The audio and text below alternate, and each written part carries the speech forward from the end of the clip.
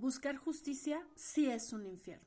Pero mamá no llega sola. La llevan de la mano esos abogados y abogadas a los que confía su vida entera, luchando por la custodia de sus hijos y su patrimonio, defendiéndolos de padres golpeadores, abusadores, agresores, abandónicos. Mamá estaba muy confundida.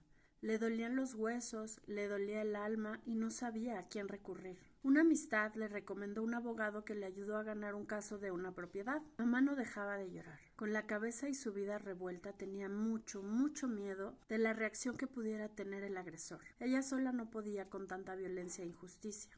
Mamá no podía creer su buena suerte cuando el abogado al que llamó le dijo que él podía llevar su caso. Preguntó si ella y sus hijos estaban a salvo. Más tranquila, mamá logró resumir todos los años de violencia en una llamada de 20 minutos. Una semana después, mamá, con mucho esfuerzo, logró recabar todos los documentos que le pidieron, redactar los hechos y, claro, juntó el dinero que le pidió el abogado para sus honorarios. Mamá decidió verlo como una inversión en su paz y en su seguridad. Fue un proceso doloroso redactar todo lo que había vivido, pero con mucha esperanza pensaba que era un gran paso para lograr su seguridad y la de sus hijos. 3 semanas después avisaron a mamá que su demanda se había aceptado.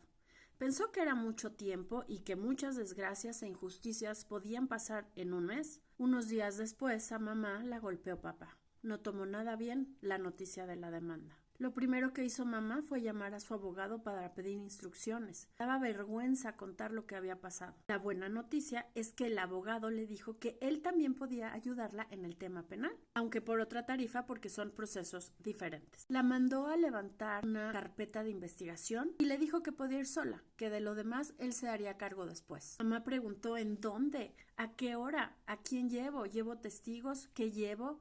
¿Cuándo? ¿Cuánto se tarda?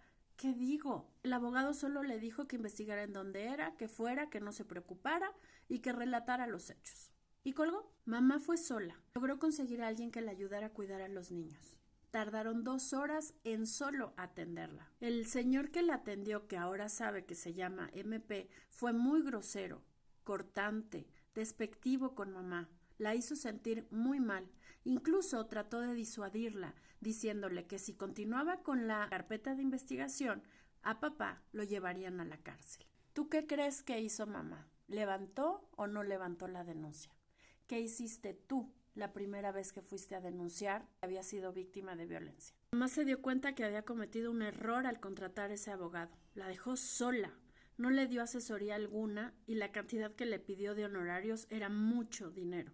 Dinero que ahora le hacía falta para darle de comer a sus hijos. Recomendación de otra amistad, mamá dio con otro abogado, que le confirmó lo que mamá ya sospechaba. El abogado anterior no había hecho bien su trabajo. Este abogado también le dio una buena noticia. Él mismo podía llevar los 2 casos, por tarifas diferentes. Desgraciadamente, mamá tuvo que volver a buscar otro abogado. El segundo abogado no se daba abasto, pedía malas cosas, no era claro, le pedía las cosas a último momento a mamá. Y mamá estaba desesperada. Llevaba 6 meses en este asunto y nada había cambiado. Al contrario, cada vez su situación era más desesperada.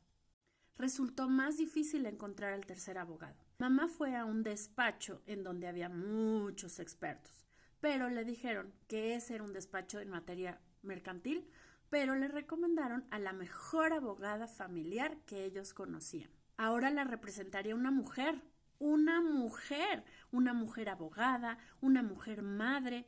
¿Cómo no lo había pensado antes? De personalidad fuerte y sabía de lo que hablaba. Con una actitud proactiva comenzó a meter escritos, a promover recursos, a tratar de enderezar lo que habían hecho los anteriores abogados. Fue pesado para mamá volver a contar todo por tercera vez. Esta abogada regañó a mamá porque le entregó muchos documentos originales que ya no pudo recuperar a los abogados anteriores y que tampoco ingresaron. No estaban ni en expedientes ni se los devolvieron.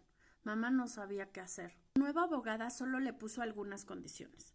Le dijo que tenía que hacer exactamente lo que ella pidiera, que tenía que contratar además al abogado penalista que ella le dijera, que no podía presentarse en los juzgados sin su consentimiento. Y además pidió que le firmara unas hojas en blanco. Todo iba tan bien que hasta un día el abogado de papá fue a buscar a la abogada Propuso llegar a un acuerdo. La abogada incluso le contó que el abogado de papá le ofreció dinero, cosa que por supuesto la abogada no aceptó. Mamá ya llevaba más de 2 años y estaba realmente desesperada. Así que escuchó con mucha atención la propuesta. Cuando mamá escuchó la propuesta, sintió una fuerte punzada en el corazón. Le costó trabajo respirar.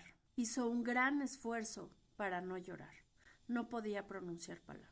Algo le decía que ese acuerdo la iba a perjudicar. Era una propuesta que la dejaba en clara desventaja y además exponía gravemente a sus hijos. Parecía que su abogada quería imponerle este acuerdo.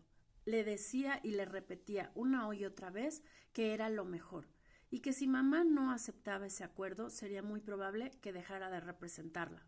Mamá sacó fuerza y se negó. Rechazó ese acuerdo. La abogada, aunque estaba muy enojada porque no siguió su consejo, le dijo a mamá que no se preocupara, que la seguiría representando. Mamá se quedó mucho más tranquila. Pero la abogada desde ese momento parecía otra, distante, pasiva, evasiva.